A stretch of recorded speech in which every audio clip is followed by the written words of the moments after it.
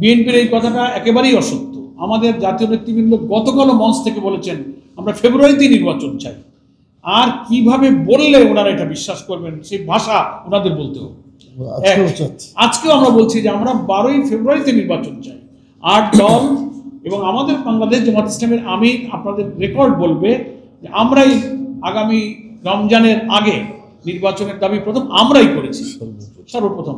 ফলে এইটা হচ্ছে খুব দুঃখের সাথে আমাদের বন্ধু কোনো রাজনৈতিক দল যদি নিজেদের রাজনৈতিক অসহায়ত্বকে লুকানোর জন্য ওই যে কালকে আমাদের আমির সাহেব বক্তৃতায় বলেছেন যে উদর পিণ্ডি বুধুর ঘাড়ে, নিজেদের দুর্বলতা চাপিয়ে 8 দলের কোনো দলকে দুর্বল করার কোনো যুক্তি নেই। আমরা ফেব্রুয়ারিতে নির্বাচন চাই, নিরপেক্ষ নির্বাচনই চাই এবং 13 তারিখকে কেন্দ্র করে নাশকতার যে চক্রান্ত আপনারা দেখেছেন আমাদের কর্মসূচিতে 8 দল বলেছে যে সারা দেশের আমাদের এই 8টি দলের প্রত্যেকটি শাখায় স্ব দলীয় কর্মী জনগণকে নিয়ে এই নাশকতার বিরুদ্ধে তারা রাজপথে অবস্থান করবে।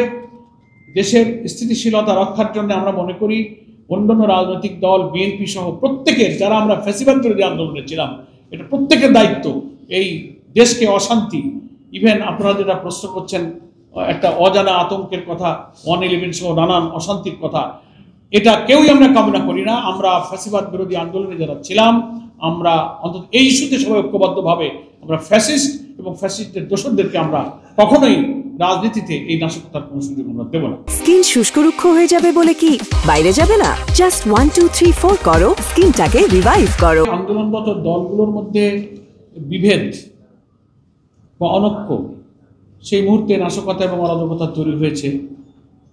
আমরা মনে করি রাজনৈতিক দলগুলোর মধ্যে কর্মসূচিগত, দলীয় নীতি পদ্ধতি, পলিসিগত পার্থক্য থাকাটাই তো স্বাভাবিক, এটাই আছে।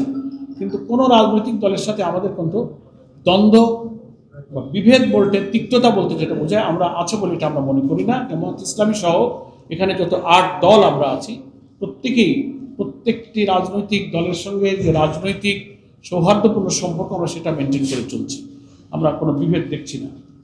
দ্বিতীয় হচ্ছে যে প্রধান উপদেষ্টার সাক্ষাতের ব্যাপারে একজন উপদেষ্টা যিনি পলিটিক্যাল পার্টিগুলো অ্যাপয়েন্টমেন্ট দায়িত্ব পালন করেন, তিনি জানিয়েছেন আজকে বিকাল 4টার মধ্যে এই সাক্ষাতের সময় তিনি জানাবেন।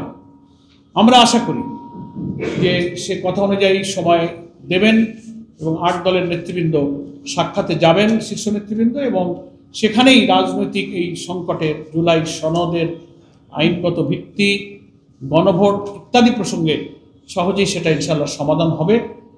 তারপরে তো পরবর্তী বৈঠকের কথা শুনলেন 16 তারিখ সকাল 11টা। এই কয়েকদিনের পরিস্থিতি, উপদেষ্টার সাথে বৈঠক, সব কিছু নিয়ে শেষ কথা ওই দিনই শীর্ষ নেতারা বলবেন।